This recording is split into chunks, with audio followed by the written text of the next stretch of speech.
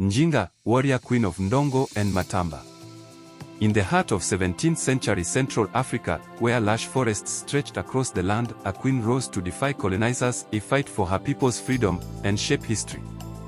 Her name was Njinga, and she ruled the kingdoms of Ndongo and Matamba with unmatched cunning, courage, and resilience. Njinga was born in 1583 to the royal family of Ndongo, a kingdom located in what is now Angola. Her father, King Kilwanji, saw her potential early. Unlike other princesses of her time, Njinga was trained in diplomacy, military strategy, and the art of war. These skills would later define her reign. In 1624, following her brother's death, Njinga ascended to the throne of Ndongo during a tumultuous period.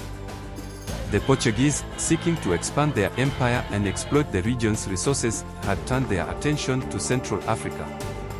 They enslaved locals and demanded tribute from the kingdoms, threatening the very sovereignty of Ndongo.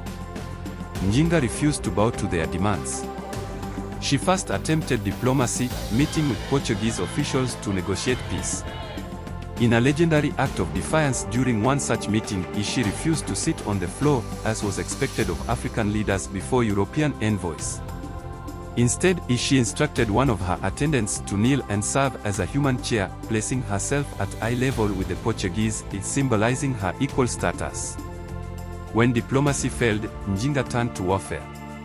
She forged alliances with neighboring African kingdoms and employed guerrilla tactics to counter the Portuguese military's superior weaponry. Her troops ambushed supply lines, launched surprise attacks, and used the dense forests to their advantage. Njinga was not only a warrior but a shrewd political strategist. After losing control of Ndongo, she retreated to the neighboring kingdom of Matamba, where she regrouped and established a new power base. She integrated escaped slaves and other refugees into her army, offering them freedom in exchange for loyalty. Njinga's leadership turned Matamba into a formidable state capable of challenging Portuguese dominance.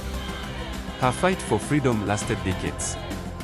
Njinga led her troops into battle well into her 60s, earning the admiration of her people and the fear of her enemies. Eventually, she managed to negotiate a treaty that recognized her authority over Matamba and ended hostilities with the Portuguese. Beyond the battlefield, Njinga was a skilled administrator. She strengthened Matamba's economy by promoting trade with European and African partners and implemented policies that empowered women, allowing them to hold leadership roles in her court and military. Njinga ruled until her death in 1663, leaving behind a legacy of resistance and resilience. She remains a symbol of strength and defiance against oppression, celebrated as a hero across Africa. Her story is one of an indomitable spirit, a queen who fought for her people's freedom with wisdom, bravery, and determination.